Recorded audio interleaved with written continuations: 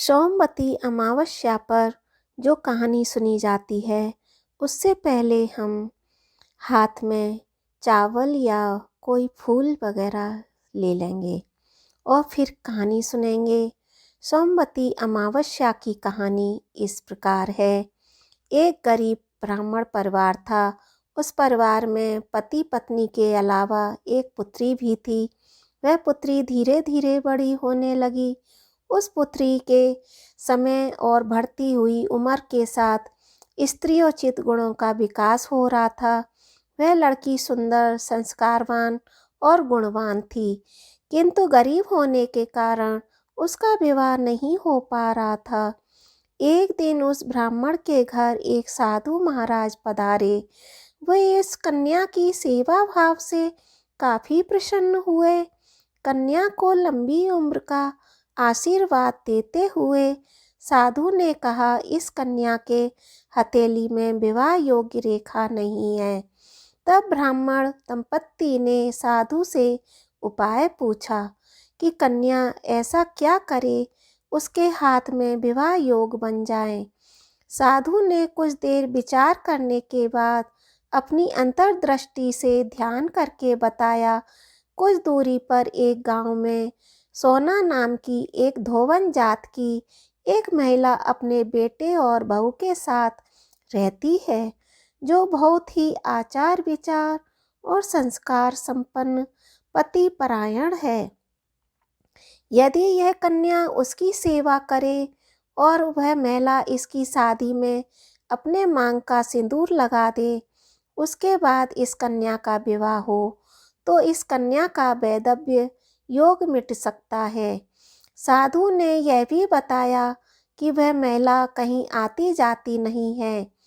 यह बात सुनकर ब्राह्मणी ने अपनी बेटी से धोवन की सेवा करने की बात कही।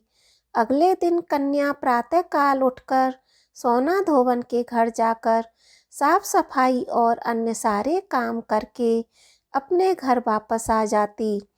एक दिन सोना धोवन अपनी बहू से पूछती है कि तुम तो सुबह ही सुबह सारे काम कर लेती हो और पता ही नहीं चलता। बहू ने कहा, माँ जी, मैंने तो सोचा कि आप ही सुबह उठकर सारे काम खुद ही खत्म कर लेती हैं। मैं तो देर से उठती हूँ। इस पर दोनों सास बहू निगरानी करने लगी कि कौन है जो सुबह ही घर का सारा काम करके चला जाता है। कई दिनों के बाद धोवन ने देखा कि एक कन्या मुंह अंधेरे में आती है और सारे काम करने के बाद चली जाती है। जब वह जाने लगी तो सोना धोवन उसके पैर पर गिर पड़ी। पूछने लगी कि आप कौन हैं और इस तरह छुपकर मेरे घर की चाकरी क्यों करती हैं। तब कन्या ने साधु द्वारा बताई गई सारी बात बताई। सोना धोवन पति परायण थी, उसमें तेज था। वह तैयार हो गई। सोना धोवन के पति थोड़ा अस्वस्थ थे। उसने अपनी बहू से अपने लौट आने तक घर पर ही रहने को कहा। सोना धोवन ने जैसे ही अपने मांग का सिंदूर उस कन्या की मांग में लगाया, उसका पति मर गया। उसे इस बात का पता चल गया।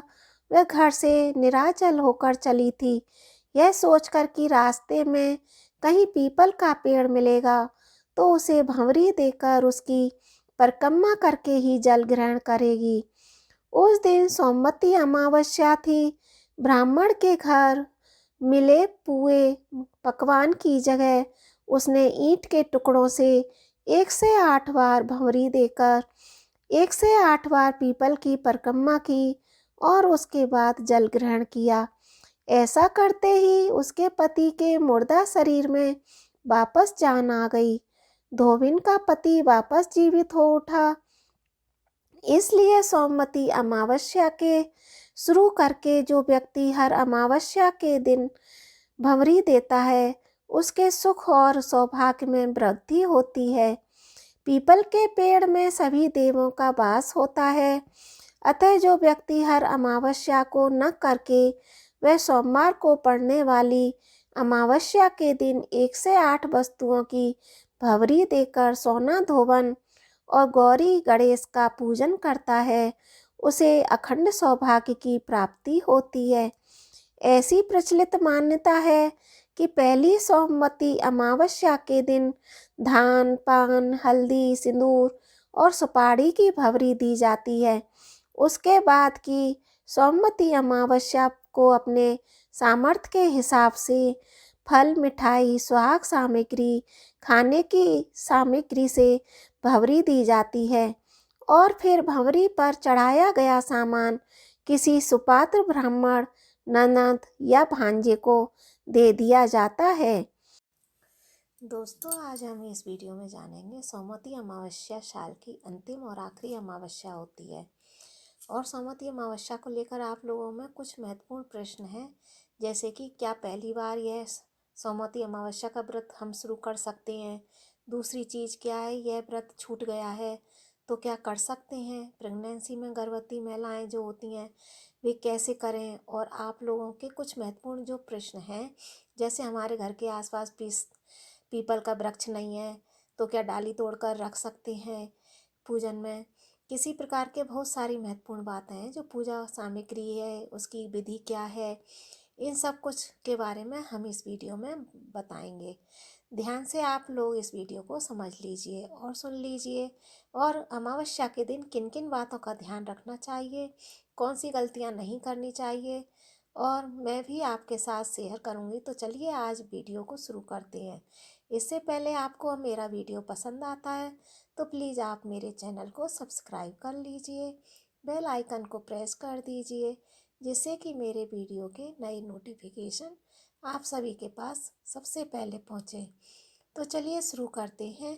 सभी महत्वपूर्ण बातें जान लेते हैं। तो आपके सबसे पहले हम बता देते हैं, सोमवती अमावस्या जो अमावस्या तिथि सोमवार को पड़ती है उसे हम सोमवती अमावस्या कहते हैं। इस साल 2024 में सोमवती अमावस्या आखिरी हमारी अमावस्या है और साल की अंतिम अमावस्या है। जो लोग भी अगर सोमवती अमावस्या का व्रत करते हैं तो वह तो करेंगे ही, कोई दिक्कत नहीं है। लेकिन जो लोग पहली बार उठाना चाहते हैं तो आपको हम बता देते हैं, आपको पहली बार यह व्रत नहीं उठाना है, क्योंकि खरमास में कोई भी नया व्रत नहीं उठाना चाहिए। और लोगों का जो उठा चुके हैं वो कर सकते हैं, तो आप लोग मत उठाओ। खरमास में किसी भी प्रकार के नए कार्य हमें नहीं करने चाहिए। चलिए आपको हम बता दें अमावस्या कब है। तो आपको बता दूं कि देखिए 30 दिसंबर 2024 को सोमवती अमावस्या है, सोमवार का दिन है। और अमावस्या तिथि कब से प्रारंभ हो रही है और कब तक समाप्त हो रही है, आगे आपको और भी हम बताएंगे। और अमावस्या के दिन यही नियम विधि है कि पवित्र नदियों में हम स्नान ध्यान करें, पीपल वृक्ष की पूजा करें, सोना धोवन की पूजा करें, कथा सुने पढ़ें और विधि विधान से हम पूजा पाठ करें, दान करें। अमावस्या के दिन अगर आप नदी सरोवर में स्नान करने नहीं जा पाते हैं तो गंगा जल मिश्रित जल से स्नान कर लीजिए। और सुबह सुबह हम लोग पीपल वृक्ष की पूजा तो करते ही हैं, बाकी आप अपने घर के नियम देख लीजिए, जिससे कि आपको हम बता दें कि गर्भवती महिलाएं जो पूजा करने पेड़ के नीचे जाती हैं तो अच्छा नहीं है, वे ना जाएं। लेकिन अगर आप चलो जाती भी हैं पूजा करने तो फिर फेरे नहीं लगाएं। अगर आप पूजा करने जाती हैं तो फेरे भी नहीं लगाएं, ठीक है? आपके फेरी नहीं लगानी चाहिए। और आप लोग ध्यान रखें, अगर जिसका व्रत छूट गया है तो वह भी कोई बात नहीं है, फिर से दोबारा आप उठा सकते हैं, कर सकते हैं। आप करते ही आ रहे हैं, वे कर सकते हैं। लेकिन जो एकदम पहली बार व्रत कर रहे हैं उनके लिए हम ये बता रहे हैं कि वे ना करें, ये सही बात है। और अब हम आपको पूजन सामग्री के लिए जान लेते हैं। तो देखिए सामग्री में आप इसमें साड़ी, कपड़ा, ब्लाउज पीस, आप छोटी सी कोई भी कतरन वगैरह जो भी आपके पास हो वो आप रख सकते हैं। सोना धोबिन को चढ़ाया जाता है और साड़ी वगैरह चढ़ती है तो आप उस टाइम चढ़ा लीजिए, फिर बाद में आप उसको, जैसे खरमास है तो वो पहनना ठीक नहीं है, लेकिन आप खरमास के बाद आप इसको पहन सकते हैं। और इसके बाद पति के लिए कुछ भी रूमाल वगैरह कुछ हो गया या शर्ट वगैरह हो गया तो वो आप रख लीजिए। और जो लोग इस चीज़ को चढ़ा सकते हैं वे चढ़ा लें, जो नहीं चढ़ा पाते हैं तो कोई बात नहीं है, क्योंकि यह जो व्रत है ना पति की दीर्घायु के लिए होता है, सुहाग के दीर्घायु के लिए हम सोमवती अमावस्या का व्रत रखते हैं। फेरी लगाते हैं कुछ लोग, व्रत जैसे फेरी लगाने के बाद शुद्ध सात्विक भोजन कर लेते हैं और व्रत नहीं रखते हैं। कुछ लोग मीठा जैसा भोजन खा के फिर व्रत कर रखते हैं, और कुछ लोग केवल फेरी लगाते हैं। सभी सामग्री को रात में ही आप इकट्ठा करके रख लें, एक जगह रख लें, और इन सभी चीज़ों को ले जाकर हम पीपल वृक्ष की पूजा करने जाएंगे। विधि विधान से हम लोग, जैसे आपके यहाँ कलश रखने का रिवाज है तो आप कलश रख सकते हैं, जिसके यहाँ नहीं है कलश रखने का तो नहीं रखें, ये भी चलेगा।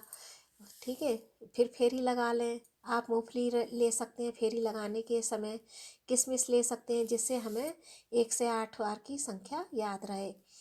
आप इस गुड़ की डेली ले सकते हैं, लोटे में तिल और गुड़ डालकर पूजा करें। अमावस्या के दिन जो भी बात है हम आपको बता रहे हैं कि आपको फल फ्रूट अगर आपके पास है तो आप चढ़ा सकते हैं, स्वाद की चीज़ें चढ़ानी चाहिए। फिर हम जैसे फेरी लगाते हैं तो कोई भी धागा या सूत अगर आपके पास है तो उससे आप धागे से 2-4 बार फेरी लगा दीजिए। अगर नहीं है तो कोई बात नहीं है, 5-7 बार फेरी लगा दीजिए, उसी में आपका धागा ख़त्म हो जाता है। इसलिए आप अपने हिसाब से देख लीजिए, और आप जितनी बार फेरी लगाएं उतनी बार सिंदूर लगाते जाइए। जैसे अभी आपने 11, 21, 51, 1 से 8 बार फेरी लगाई है तो संभव हो आप समझ गए होंगे। जितना आप कर सकते हैं उतना आप कर लीजिए, उतनी फेरी लगा लीजिए। बहुत अधिक जानने की ज़रूरत नहीं है, पूजा पाठ करते हैं तो। अगर वहाँ पर ब्राह्मण है तो आप उनसे सोना धोवन की कथा सुन लीजिए। अगर आपके यहाँ कोई बड़ी बूढ़ी हैं तो आप उनसे सुन लीजिए। आपके पास पुस्तिका है तो आप उससे भी पढ़ सकते हैं। पेड़ के ऊपर सोना धोवन की प्रतिमा बनाते हैं और उसको सिंदूर लगाते हैं, और कोई कतरन वगैरह चिपका देते हैं, चढ़ा देते हैं।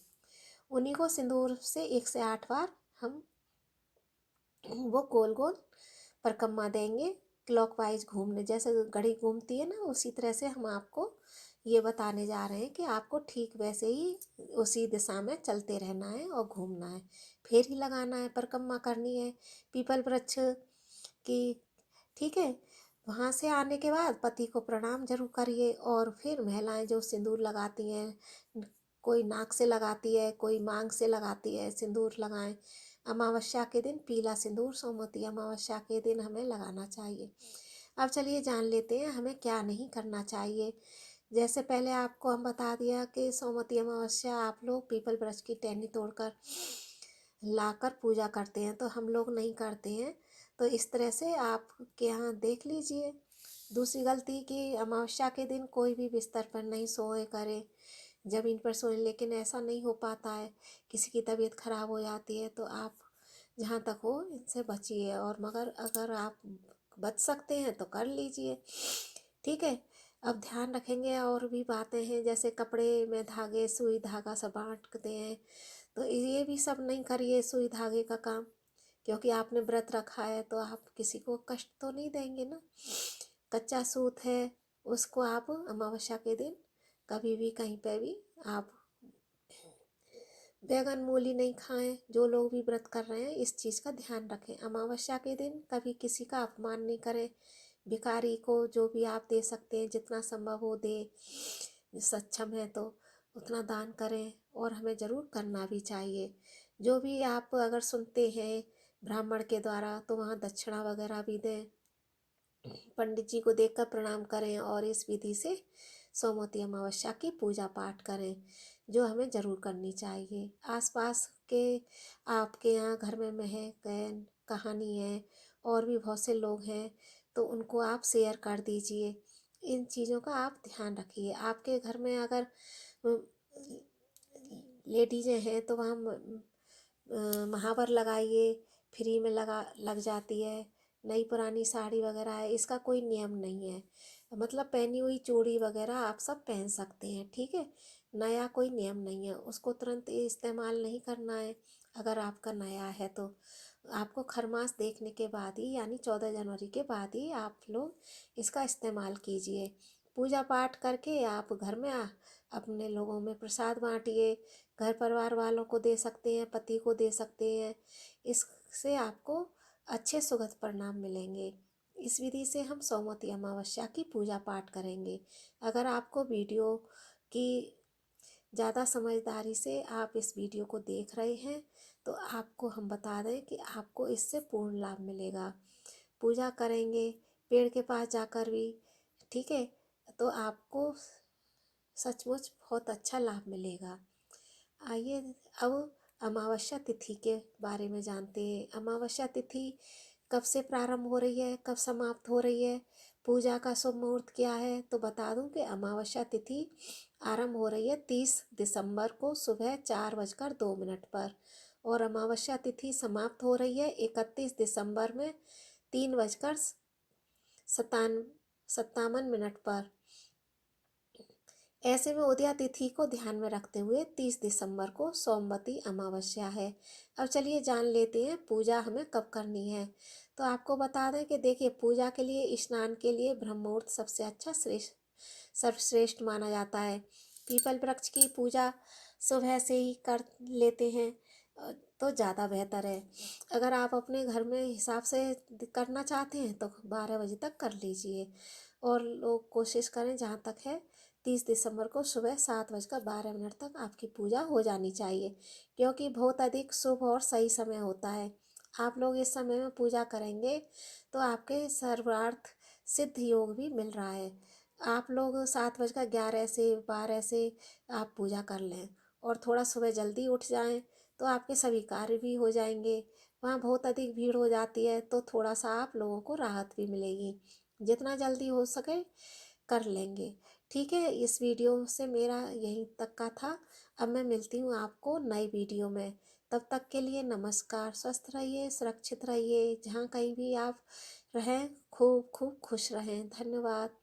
वीडियो पसंद आता है तो चैनल को पक्का सब्सक्राइब कर दीजिए और वीडियो को एक छोटी सी लाइक ज़रूर दीजिए, क्योंकि आपकी एक छोटी सी लाइक